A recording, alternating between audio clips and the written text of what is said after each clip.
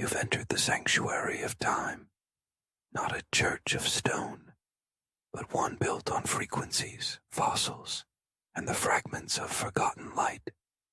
This is the Quantum Stone Sermons, where ancient prophecy meets advanced physics, where the timelines realign and the prophets of the Ark speak through the Sidonium light band.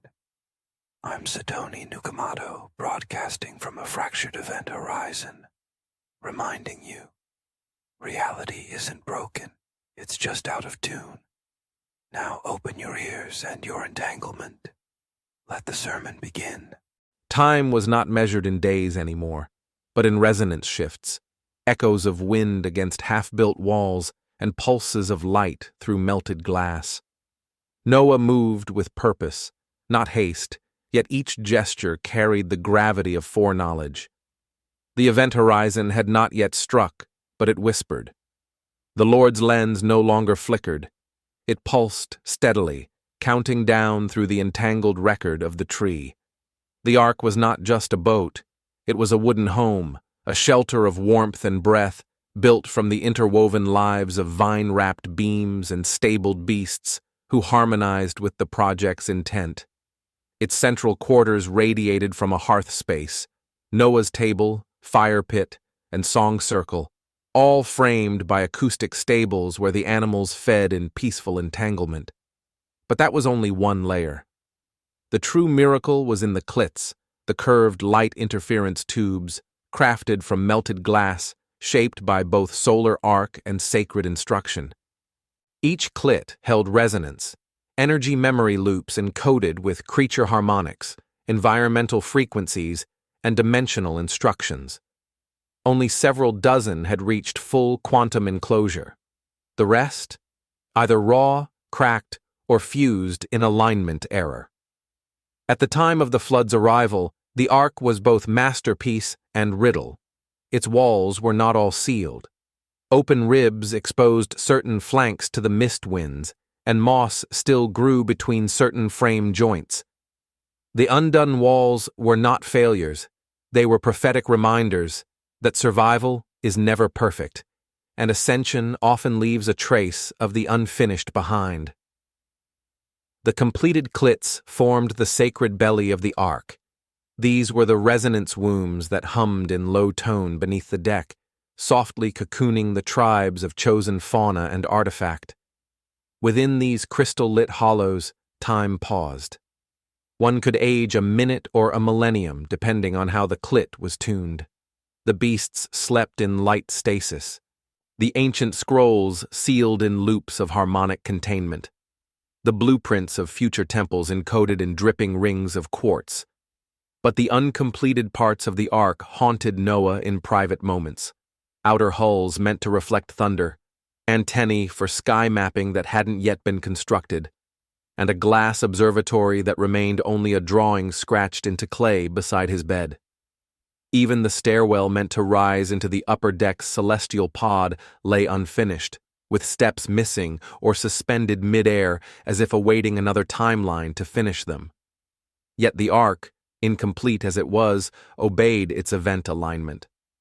When the flood came, not just water but dimensional washout, Noah stood at the bow, barefoot in an incomplete hallway, staring down the pulse line of the Lord's lens. The sky split sideways, not thunder, not lightning, a lens flare through memory and stone, through every timeline's reckoning. It was not just rain, it was the undoing of choices not taken. The CLITs activated, the animals quieted, the Ark floated, and the unbuilt walls? They held, by vibration, by faith, by the resonance of what had been done. The Ark of Noah did not rise because it was finished.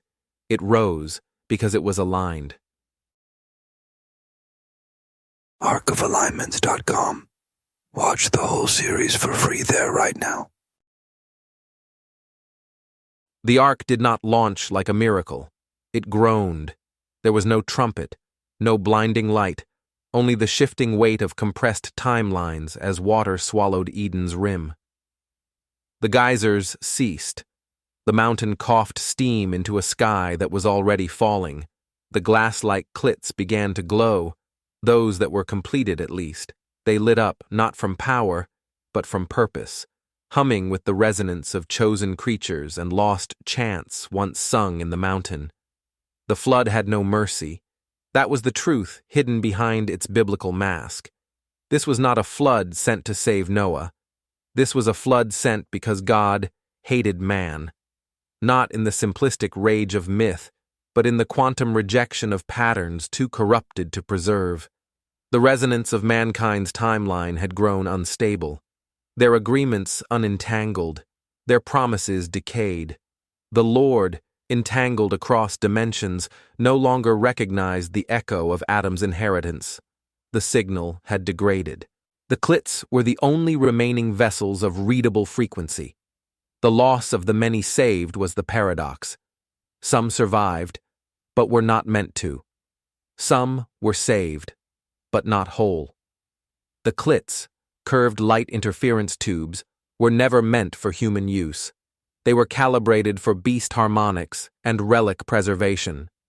And yet, as the floodwaters rose and the undone walls of the ark gave no resistance, humans climbed inside anyway. Not all of them aligned. Many entered with disrupted fields, doubt, greed, fractured soulprint. Some CLITs shattered from the overload. Others warped, crystallizing malformed imprints of those who entered them with dissonant resonance. What resulted was a dimensional isle, not land, but frequency. The Isle of the Ark was not a location, but a stabilized field, floating not on water, but in harmonic stasis above what remained of Mount Eden's volcanic throat. The Ark had not drifted as much as hovered, preserved on a vibration no longer shared by the rest of Earth. From the outside, it looked like a ship. From within, it was a living memorial of incomplete salvation. Those who survived within it were not necessarily righteous. They were merely harmonically intact. The tree of life jars placed in the CLITs sustained their DNA signatures, but not all minds remained coherent. There were whispers, even among the animals. Beasts who no longer recognized time as linear. Children who aged only in memory. Stone tablets that reworded themselves in resonance ink. This was not survival. This was continuation, a very different thing. And through it all, one message looped through the main resonance beam embedded in the ark's center mast. The Lord regretted that he had made mankind, and his lens flickered, not with wrath, but with cleansing. This is not yet the paths. This is where those who drifted still orbit, before the choices begin, before the branching of fate. This is the echo that all future tracks must carry. Not all saved are spared, and not all spared were saved. And so the timeline echoes through every verse, every vibration, every quantum stone laid by the science prophets. If what you heard made sense, you may not be paying attention. But if it resonated, you've already returned. Like, subscribe, decode.